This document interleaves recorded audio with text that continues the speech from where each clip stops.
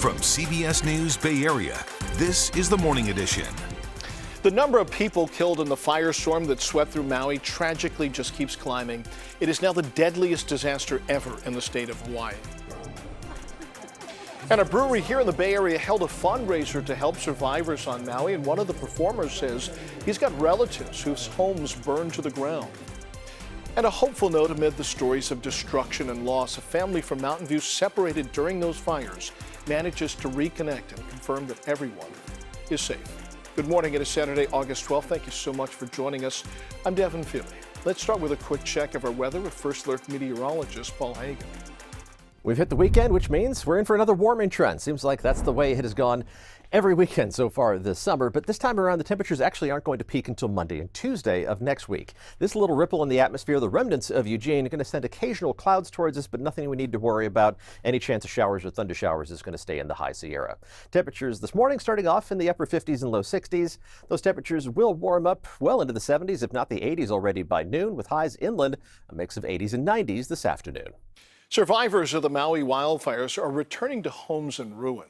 Now, some of them say that they got no warning that the fire was closing in. At least 80 people are now confirmed dead, making this the deadliest natural disaster since Hawaii became a state. That death toll is expected to grow even more after search crews can go into the wreckage in the devastated town of Lahaina. Records show that there were no warning sirens before people had to race out. Now, instead, alerts were sent to phones and TV stations. Now, unfortunately, by that point, a lot of people didn't have phone service or power.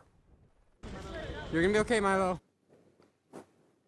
A Denver family is speaking out about how they opted to jump into the ocean to escape the flames. Two brothers and their mom had to wade out into shoulder-deep water for 5 hours until it got dark. This is like last resort time because the fire was like across the street at this point. Like it was that close. So we were like, yeah, we gotta jump in the ocean. I felt like it was my job to keep everyone else calm because my mom at that point was, not doing well. Her breathing, I was super worried about. Her eyes were not good. We're out of the water now. When they finally got out of the water, there were still flames all around them, but a fireman helped them to walk to a parking lot where police took them to safety. Now, this is probably where some of those people escaped from. Dozens of burnt out cars are left abandoned on the road. It's another chilling sign of the destruction that now stretches for miles. When the mayor said it's all gone, it's all gone. It's all gone. It's gone. Last night, a brewery in Alameda brought people together through laughter to raise money for the fire survivors and help them on what's likely to be a long road to recovery. Andrea Nakano spoke to a comedian whose family members, one of them expecting a baby, lost all of their possessions in that fire. I'm at Faction Brewing, and this event is called Laughs on Tap. Part of the proceeds from this night will go to help the fire victims in Maui. For Chris Posadas, this is personal. He's one of the comedians up on stage, and his family lost everything in the fire. Hey, everybody is okay. They did lose their houses, though. And those houses were terrible anyway, so they're about to get new ones. There were a lot of laughs at Faction Brewing in Alameda Friday night. It helped Chris Posadas take his mind off the devastation that has taken place in Maui. Two of his relatives lost their homes in the fire. They're safe, but they did lose both of the homes. His cousin was supposed to welcome his first baby on the day the fire started. Instead, the due date passed, and the focus now has been on finding a place to stay. For the most part, everything's pretty much gone. And all the baby stuff that my cousin and his wife had is kind of, just in the rubble. They tried to go up to their house to see, but everything's flat. Kids from those islands, they get to go there as their last stop before they go to juvie. That was that kind of school. I was like, oh, it's like being in Oakland again. This is great. A portion of the ticket sales from the comedy show will go directly to the victims in Hawaii.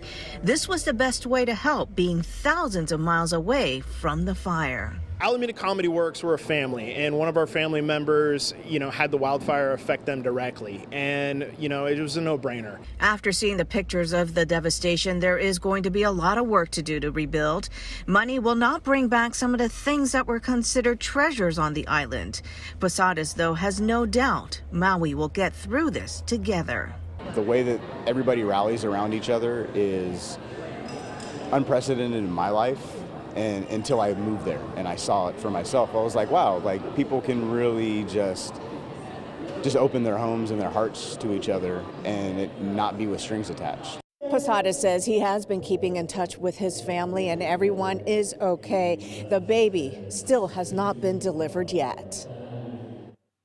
It's been an anxious wait for many families who have not been able to communicate with their loved ones on Maui. Now, on Thursday, we spoke to a couple from Mountain View who are visiting the island. They got separated from their kids during the fire. Kenny Choi checked in on them yesterday. For more than 2 days, Sean Passon and his wife could only wonder if their 15-month-old baby Luke and 7-year-old son Matthew were safe without any way of contacting them, as cell phone reception in the hardest hit parts of the island shut down.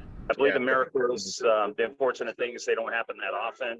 They left their young kids with their grandfather at a hotel Tuesday afternoon to buy groceries in Lahaina when the inferno ignited and ripped through parts of the island fueled by hurricane-like winds.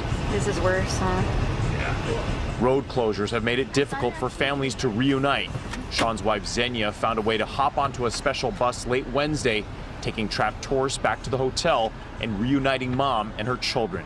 I'm so excited that they're with me now, and yeah, beyond happy. It's just, it's just unbelievable. The Passon family is grateful to take a flight back home to the Bay Area, knowing the devastation has left so many reeling, losing homes and lives. We know from what we've seen that people here in Maui need a lot of help and resources. So just encourage people to keep on giving, keep on encouraging, keep on praying. Some families extremely fortunate to reunite. The major concern tonight, the more than 1,000 still believed to be unaccounted for as search and rescue operations continue. There's about a dozen Red Cross volunteers from the Bay Area in Hawaii right now, and more are on the way. That includes a woman named Michelle Averill. She's headed out for a 2-week mission. She actually owns a home on Maui and doesn't know if it's even standing at this point. She also has friends in Lahaina who escaped with their lives. It's an extremely special place. I got married there in Maui, and I've just had so many wonderful family memories, and I just want to help them heal as best as I can. United Airlines is shipping 40 tons of Red Cross relief supplies straight to Maui from SFO. The carrier's also working with the World Central Kitchen to get their volunteers to Maui to help prepare meals. Amazon founder Jeff Bezos is also pitching in. He and his fiancée are pledging $100 million from Maui relief and recovery efforts. We've been compiling information on how you can help. It's under top stories on our website at KPIX.com. Coming up, a chance to see shooting stars in the night sky as an annual meteor shower reaches its peak during the next 2 nights. And business is booming for whitewater rafting on the American River now that the danger has receded from heavy spring runoff. Here's a live look outside before we head to break. We'll be right back.